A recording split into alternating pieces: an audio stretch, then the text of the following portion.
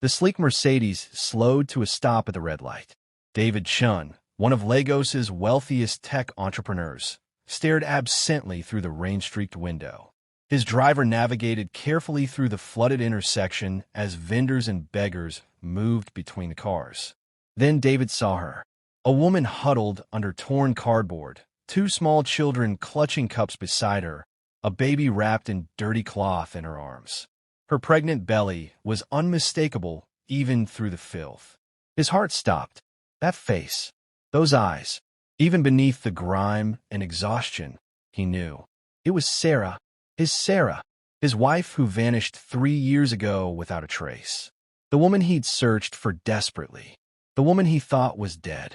And she was pregnant, begging, with children he'd never seen before. David's hands began to shake uncontrollably as the light turned green. Hey, everyone, if you're already hooked by this powerful story, please hit that subscribe button and turn on notifications so you don't miss what happens next. Drop a comment below and let us know where you're watching from: Lagos, London, New York, Johannesburg, anywhere in the world. We want to hear from you. Now let's continue.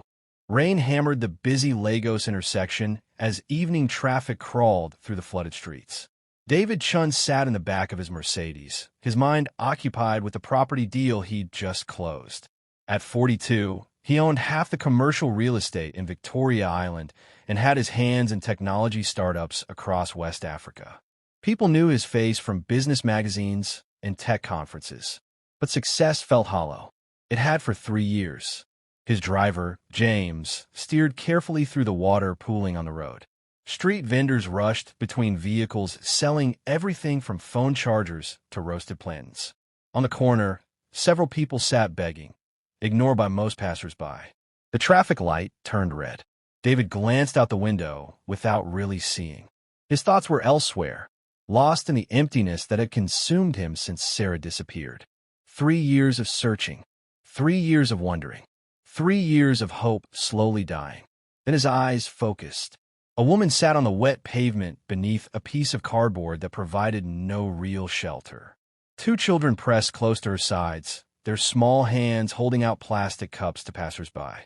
In her arms, wrapped in cloth that had once been white but was now gray with dirt, she held an infant. And she was heavily pregnant. Something about her face made David lean forward. His breath caught in his throat. No, it couldn't be. He rubbed his eyes and looked again, his heart beginning to pound. The shape of her face, the curve of her nose, even beneath the layers of dirt and the hollow exhaustion in her features, he recognized her. Sarah, his wife, the woman who disappeared from their home 3 years ago while he was on a business trip to London. The woman he'd reported missing to every police station in Lagos.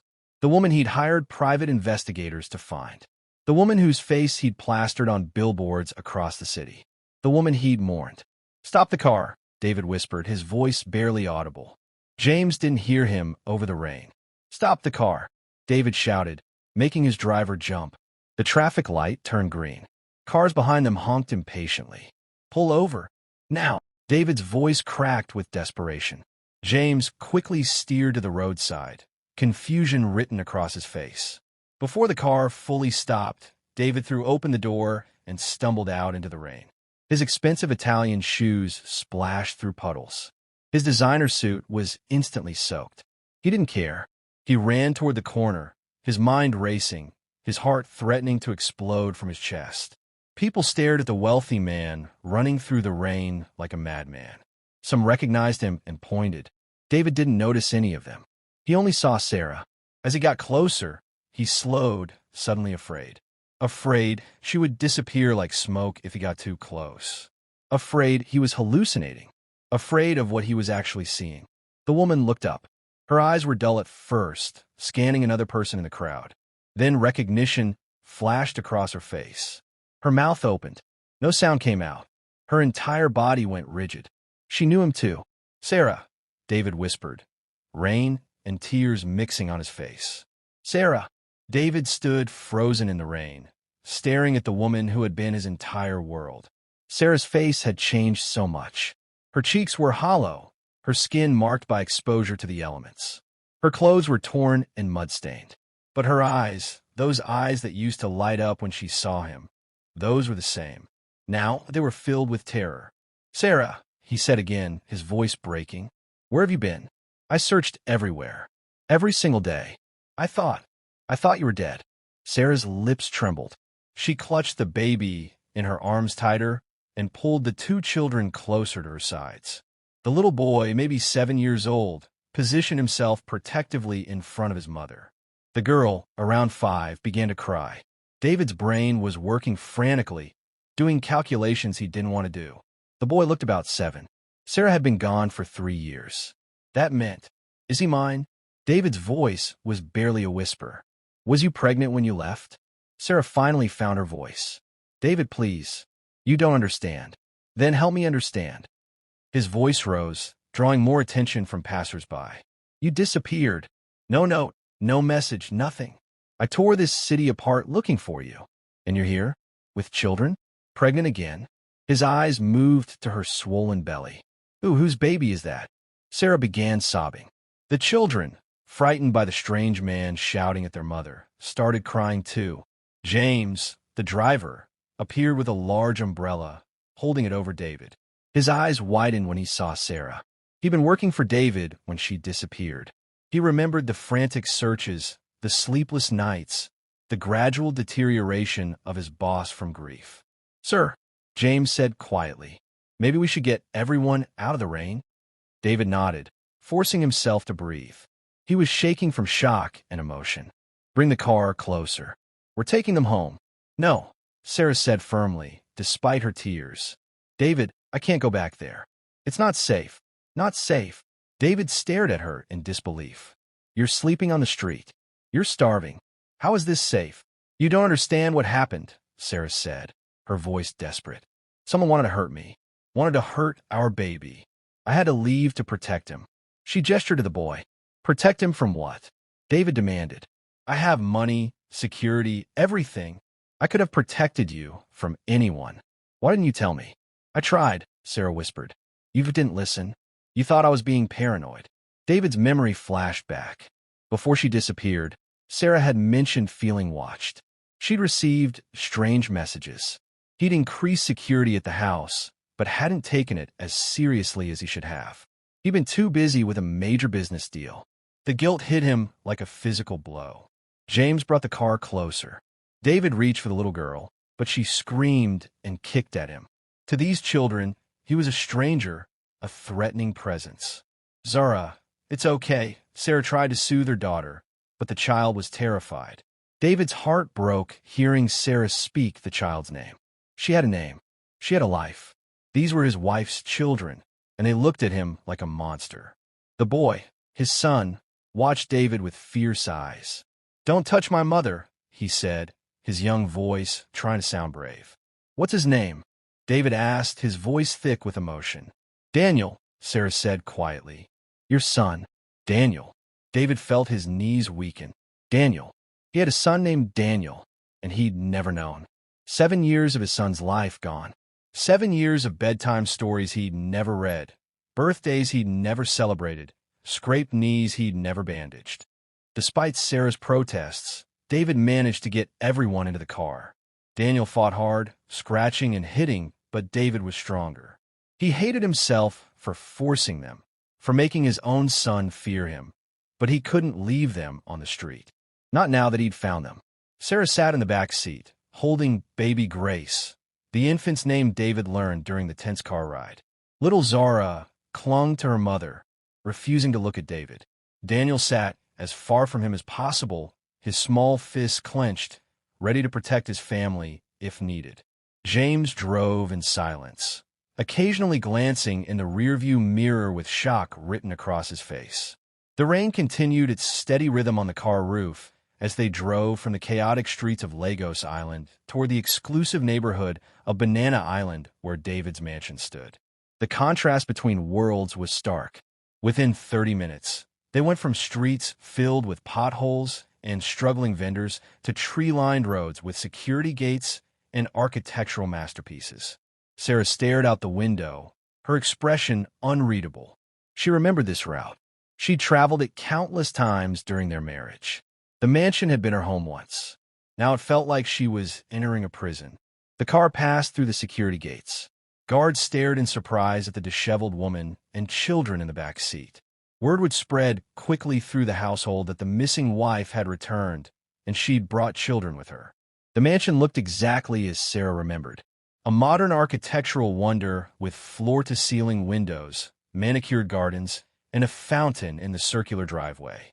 It had 12 bedrooms, a home theater, a gym, and a pool. It was worth millions, and Sarah had left it all to sleep on the streets. David helped her out of the car. She could barely walk. Her legs were weak from malnutrition and the weight of her pregnancy. He wrapped his arm around her waist to support her, and she led him, too exhausted to resist. The front door opened. Mama Rose, the elderly housekeeper who'd worked for David's family for decades, stood in the entrance. When she saw Sarah, she gasped and pressed her hand to her chest. "Madam Sarah." Tears filled her eyes immediately. "Oh God, we thought you were dead." Mama Rose rushed forward, her arms outstretched.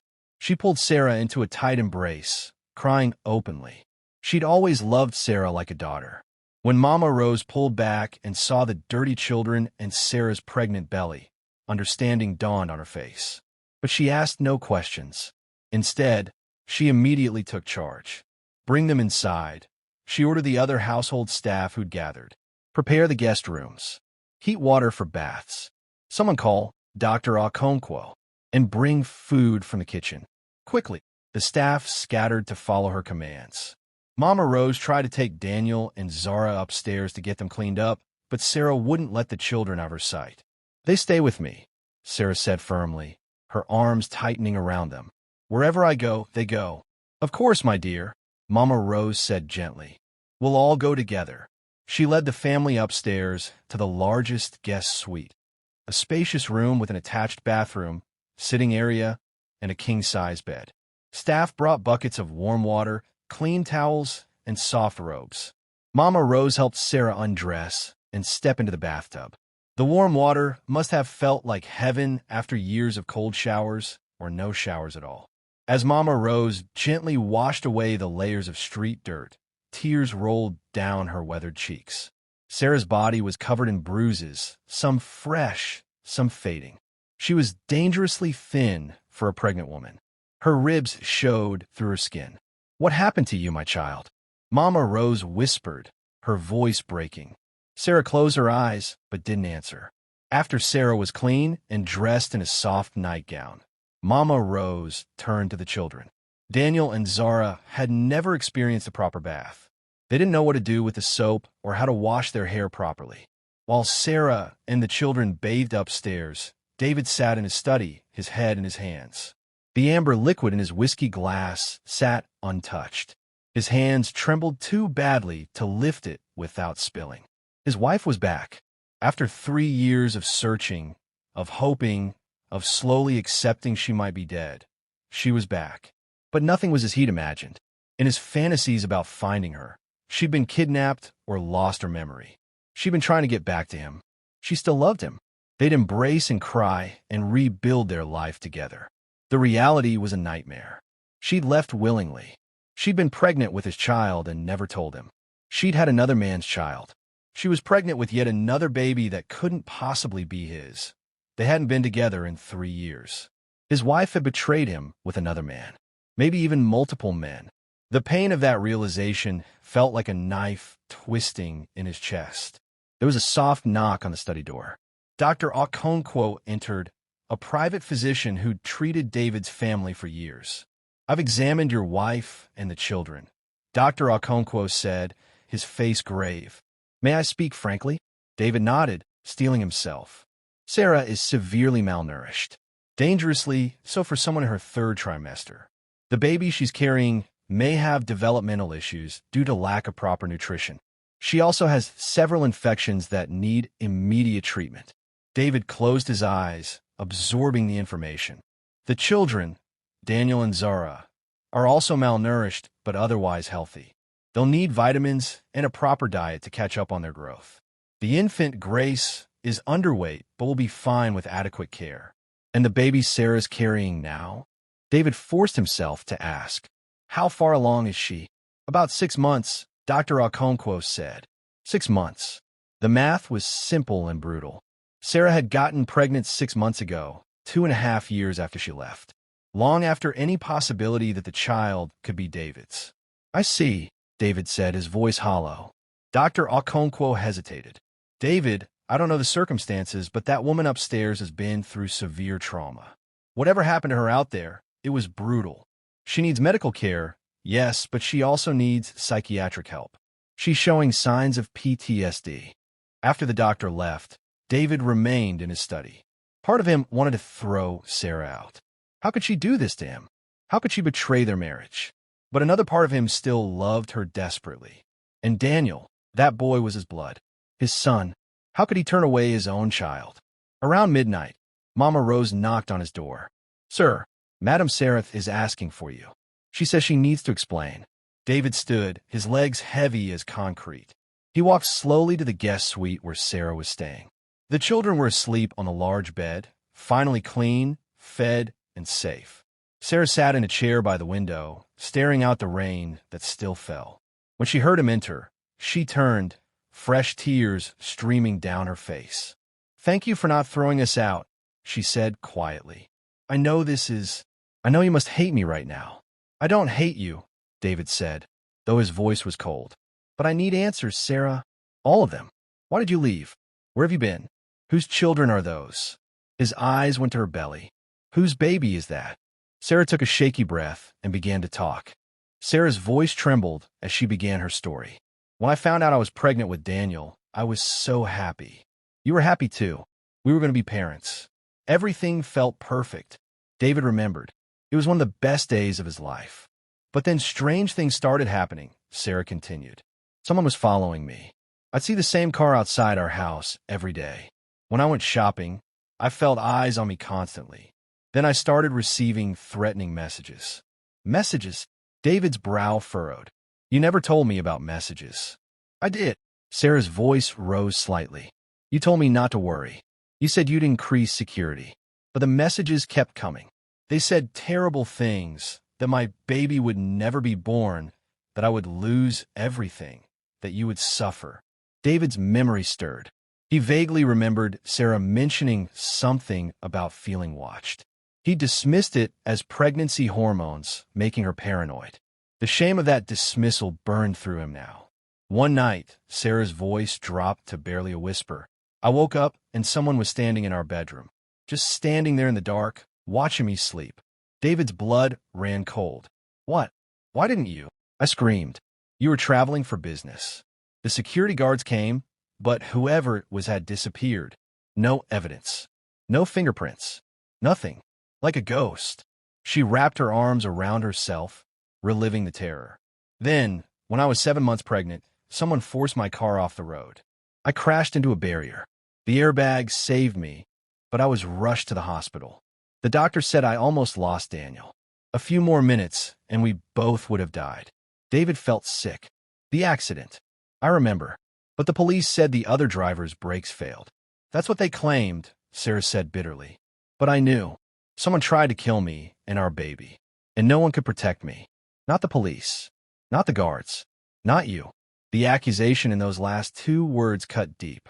So I left, Sarah continued. I took a little money and disappeared. I couldn't risk staying because I believe whoever was after me was someone close to us. Someone with access to our home, our lives. She described her years on the street, sleeping in shelters, moving constantly, giving birth to Daniel alone in a public hospital with no family, no support, surviving day by day. Then I met Michael, she said, and David's jaw clenched. He was homeless too. He'd lost his construction job and his home. He was kind to me. He shared his food, protected Daniel and me. We became close. You had an affair, David said flatly. I thought you were dead to me, Sarah said, tears flowing. I thought I'd never see you again. I was lonely and scared, and Michael made me feel less alone. That's how Zara was born. And this baby... David gestured to her stomach, his voice hard. Sarah's face crumpled completely. 6 months ago, I was sleeping in an abandoned building with the children. 3 men broke in. They were drunk or high. She couldn't finish the sentence, but she didn't need to. David understood. Horror and rage flooded through him in equal measure. They attacked me while my children watched, Sarah sobbed. Daniel tried to fight them, but he's just a little boy. After they left, I just lay there broken. That's how I got pregnant with this baby. The room spun around David. His wife hadn't just had an affair, she'd been assaulted. Brutally. While trying to survive on the streets after fleeing from someone trying to kill her. Someone he'd failed to protect her from. David didn't sleep that night. He sat in his study until dawn, Sarah's words echoing in his mind. Someone close to their family had terrorized his wife, tried to kill his unborn child, and driven Sarah into years of hell on the streets. By morning, he'd made his decision. He would find out who did this, and they would pay. He called the best private investigation firm in Lagos. Within hours, 3 investigators were sitting in his office, listening to the full story. He gave them every detail Sarah could remember, dates of the threatening messages, the car accident, the bedroom intrusion. I need you to investigate 3 people, David said, his voice cold and controlled. My business partner, Marcus. My executive assistant, Victoria. And he paused, the words painful. My mother. The investigators didn't show surprise. They'd worked enough cases to know that threats often came from those closest to the victim. Over the next 2 weeks, David watched those 3 people carefully while the investigators dug into their backgrounds, phone records, and financial transactions. His mother, Beatrice Chun, had never approved of Sarah. She thought Sarah came from too poor a family, wasn't educated enough, wasn't sophisticated enough for her successful son. After the pregnancy announcement, Beatrice had become distant and cold. Marcus, his business partner, had been like a brother to David. They'd built their tech company from nothing. But Marcus had grown resentful when David started talking about spending more time with his family instead of working 18-hour days. Victoria, his executive assistant, had worked for David for 8 years. She was efficient, smart, and professional. But Sarah had always felt uncomfortable around Victoria, sensing that the woman wanted more than just a professional relationship with David. Each of them had means, motive, and opportunity. But which one had actually done it? Meanwhile, at the mansion, Sarah and the children were slowly adjusting to their new reality. Daniel started at an elite private school. He was bright and absorbed information like a sponge. The teachers were amazed by his intelligence despite his lack of formal education. Zara was still shy and clung to Sarah constantly. She attended kindergarten but had trouble socializing with the other children who'd never experienced poverty or hunger. Baby Grace thrived under Mama Rose's care. The elderly woman doted on the infant, singing Yoruba lullabies and carrying her everywhere. But the relationship between David and Sarah remained fractured. They spoke about the children's schedules and doctor appointments. They were polite, but the warmth, the love, the intimacy they'd once shared was gone, replaced by a chasm neither knew how to cross. David couldn't look at Sarah's growing belly without feeling pain. That baby wasn't his. It was a product of violence against his wife, violence that happened because he'd failed to protect her. Then the investigators found something. They discovered that the car used to force Sarah off the road 3 years ago was rented using a fake ID. But the rental company's security footage from that day showed the person who rented it. A woman wearing sunglasses and a hat, but with a distinctive crescent-shaped scar on her left hand. David's heart stopped when he saw the enhanced image. He knew that scar. Victoria, his executive assistant, had that exact scar from a childhood burn. Victoria had tried to murder his wife. David stared at the security footage for hours, his hands clenched into fists. Victoria, the woman he'd trusted with his passwords, his schedule, his confidential information.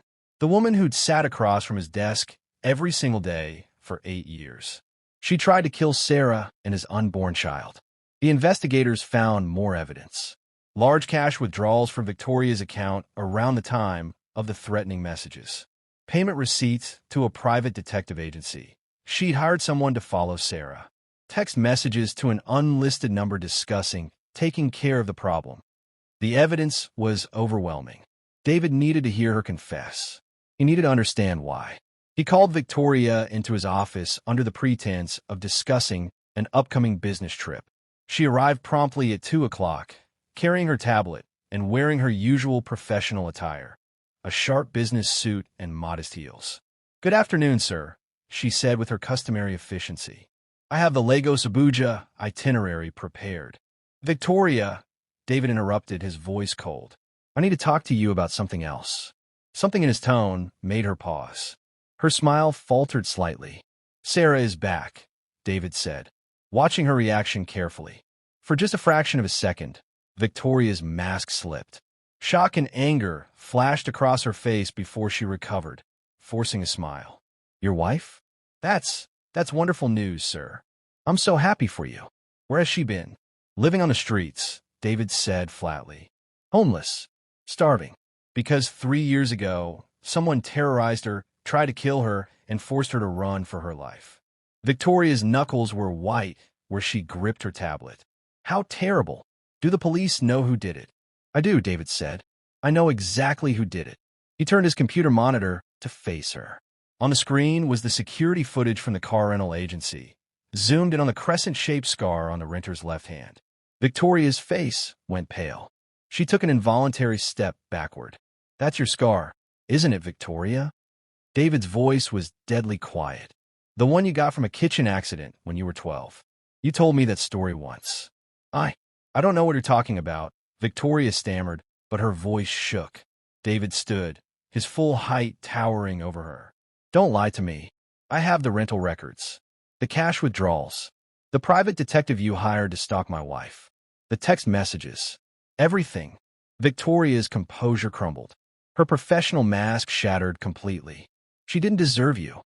The words burst out of her, raw and venomous. "I worked beside you for years. I helped you build everything.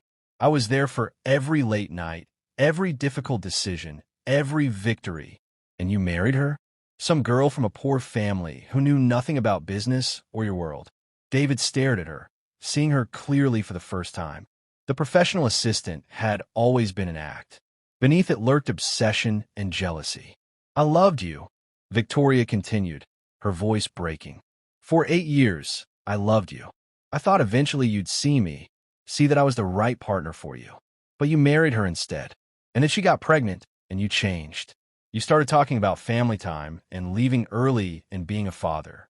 You were slipping away from me, from the work, from everything we built together. So you tried to kill her," David said, his voice filled with disgust. "I tried to solve the problem," Victoria shouted. "I sent warnings first. I wanted to scare her into leaving or losing the baby from stress. But she was too stubborn. So I hired someone to break into your bedroom to terrify her. When that didn't work, She stopped, realizing she was confessing to attempted murder. "You forced her car off the road," David finished. "You tried to murder my wife and my unborn child." Victoria's face twisted with rage and something else, madness. "They survived, though. The crash should have killed them, but somehow they both survived. And then she disappeared. I thought I'd won. I thought finally you'd turn to me. But I never did," David said. "No." Victoria's laugh was bitter and broken. "You stayed faithful to her ghost. You mourned her. You searched for her. You never even looked at me. And now she's back, and I've lost again." David pulled his phone from his pocket. "I'm calling the police. You're going to prison for attempted murder." Victoria's eyes widened. For a moment, David thought she might try to run. Instead, her shoulders slumped in defeat. "Do it," she whispered. "My life is over anyway." The police arrested Victoria that same evening. The evidence was overwhelming: security footage, financial records, text messages, and her own confession captured on the recording David had running during their confrontation. She was charged with multiple counts of attempted murder, stalking, and harassment. The prosecutor told David she'd likely spend the next 15 to 20 years in prison. David should have felt satisfaction. The person who destroyed his family was finally facing justice. But he only felt empty. When he told Sarah that evening, her reaction surprised him. She didn't rage or celebrate.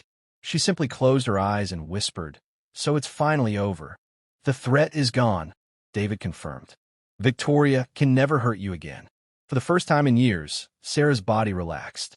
The constant tension, the perpetual fear that had kept her on the streets, hiding and running, it drained out of her. She began to cry, but these were different tears. Relief. "You're safe now," David said softly. "You and the children. You can stay here as long as you want. You don't have to be afraid anymore." Sarah looked up at him through her tears. "Can we really come back from this? After everything that's happened? After what I did? What you did?" David's voice was confused. "Sarah, you were the victim. You were terrorized and driven away. You survived 3 years on the streets trying to protect our son. You have nothing to apologize for." "I was with another man," Sarah said, her voice breaking.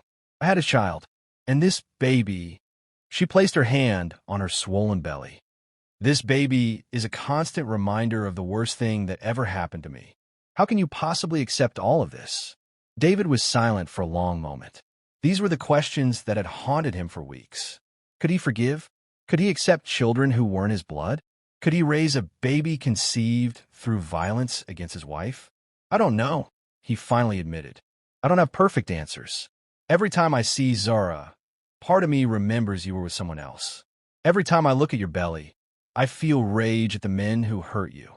These are ugly truths, Sarah. I'm not going to lie to you." Sarah nodded, tears streaming down her face.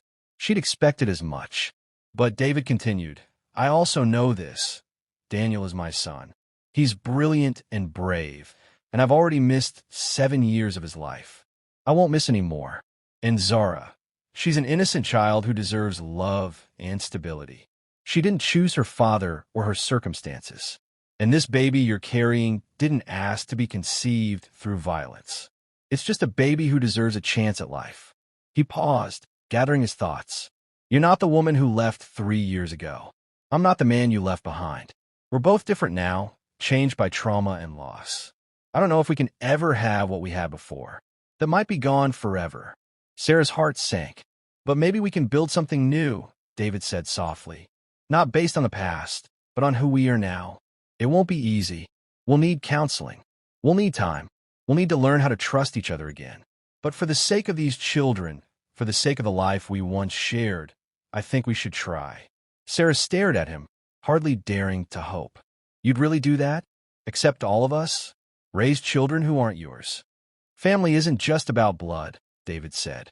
"It's about commitment, about showing up even when it's hard, about choosing love even when you don't feel it yet." He looked toward the bedroom where the children slept. "Those kids need a father. You need support. And I—" His voice caught. "I need you. Even after everything, I still need you." The next few months were difficult but transformative. David hired the best trauma therapist in Lagos to work with Sarah.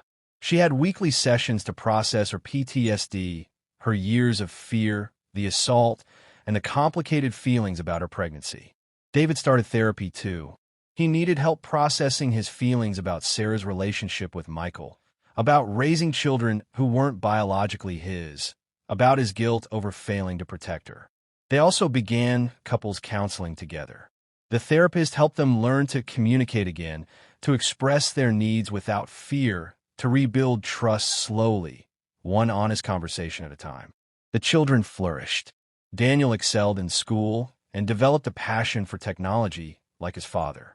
David spent hours teaching him about coding and business, bonding with his son over shared interests. The boy who once saw David as a threat now ran to him excitedly to share his accomplishments. Zara remained shy, but she slowly began to warm to David. He read her bedtime stories, always patient when she pulled away. He attended her kindergarten plays and cheered the loudest. Little by little, she started to trust him, to see him not as a stranger, but as a safe presence. Baby Grace continued to thrive under Mama Rose's devoted care. The housekeeper treated all the children like her own grandchildren. As Sarah's due date approached, David made a decision. Despite everything, he would be there for the birth. This baby deserved love from the moment it entered the world. Sarah went into labor on a rainy Tuesday evening, 2 weeks before her due date. David rushed her to the hospital, holding her hand as contractions intensified. When she begged him not to leave her alone in the delivery room, he stayed, supporting her through every painful moment. At 11:47 p.m., a baby boy was born. The nurses cleaned him and placed him in Sarah's arms. She looked down at this infant conceived in violence, this child she'd feared she couldn't love. But when the baby opened his eyes and looked at her, something shifted in Sarah's heart. This wasn't evil or darkness. This was innocence, a tiny human who needed her. "His name is Samuel," Sarah whispered, tears streaming down her face. "It means God has heard." David watched from beside the bed, his own eyes wet. When Sarah asked if he wanted to hold Samuel, every logical reason screamed at him to refuse. This baby wasn't his. This baby represented his wife's assault. But he looked at the tiny infant, so helpless and vulnerable, and his heart opened. He took Samuel in his arms, and as the baby gazed up at him with dark, innocent eyes, David felt unexpected love bloom in his chest. "We'll raise him together," David said, his voice thick with emotion. "All of them. They're our family now." Sarah sobbed with relief and gratitude. 2 years passed. The transformation was remarkable. Daniel, now 9 years old, had grown confident and happy. He topped his class in every subject and started a small coding club at school, teaching other kids what David had taught him. The frightened street boy had become a bright, ambitious young man with dreams of following in his father's footsteps.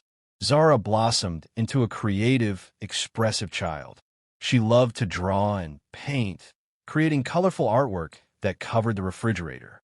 She called David Daddy now, and the first time she said it, he cried with joy. Grace was a bubbly toddler who ran through the mansion spreading chaos and laughter. She had no memory of the streets, only knew comfort and love. And Samuel, the baby born from darkness, became the light of the family. He was a happy, giggling child who brought joy to everyone around him. David loved him fiercely, protectively, as much as he loved any of the other children. Sarah had healed too, though the scars remained. She worked with a therapist regularly and started volunteering at a women's shelter, helping others who'd experienced trauma. Helping others helped her heal. Her relationship with David had slowly, painstakingly rebuilt itself. They dated again, learning each other anew. They had dinner conversations that lasted hours. They laughed together. They cried together. They fought sometimes too, working through resentments and pain, but they fought fair, with respect and commitment to resolution. 6 months after Samuel's birth, David asked Sarah if she would renew their wedding vows. He wanted to commit to her again, not because of obligation or the past, but because he chose her. Every day, he chose her. They had a small ceremony in the mansion's garden. Mama Rose cried happy tears. The children wore their finest clothes and threw flower petals. David and Sarah stood facing each other, holding hands, and made new promises to communicate honestly, to support each other through trauma and healing, to never give up on each other no matter how hard things got. It wasn't a fairy tale ending. There were still difficult days. Days when Sarah had panic attacks triggered by random things. Days when David struggled with insecure thoughts. Days when the children acted out because of their early trauma. But they faced those days together as a family. David often thought about that rainy evening when his car stopped at the traffic light. The moment he saw Sarah on the street corner, dirty and broken. The moment that shattered his comfortable life, but ultimately led to something more real, more meaningful. People in Lagos talked about them. The billionaire who took back his homeless wife and raised children who weren't his. Some called him a fool. Some called him a saint. Most were simply moved by the story. David didn't care what people said. He knew the truth. Love wasn't a feeling that appeared and disappeared based on circumstances. Real love was a choice, a daily decision to show up, to forgive, to try again.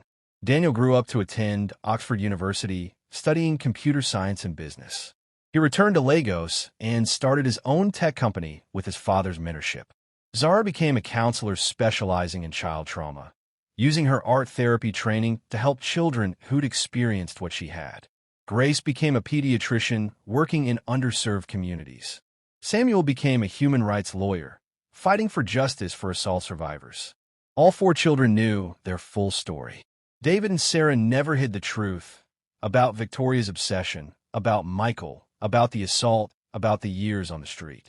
They taught their children that family transcends biology, that love is a choice, that broken things can be mended with patience and commitment.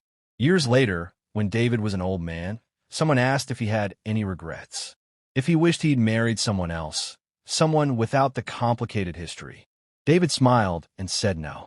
Finding Sarah begging on that rainy street was the most important moment of his life. It destroyed his illusions about control and perfection. It shattered his comfortable existence. But from those broken pieces, he built something stronger and more authentic.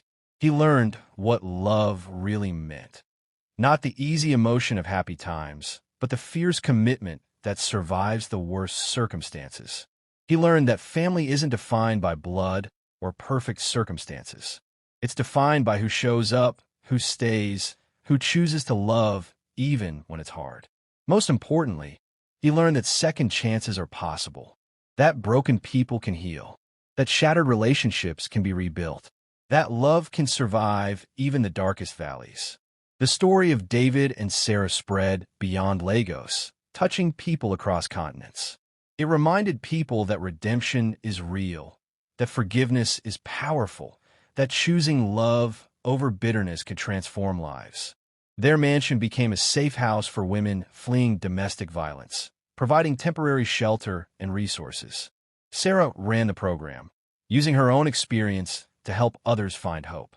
The family that began with a chance encounter at a traffic light became a beacon of hope, showing the world that no matter how broken things seem, healing is possible. No matter how dark the circumstances, light can break through.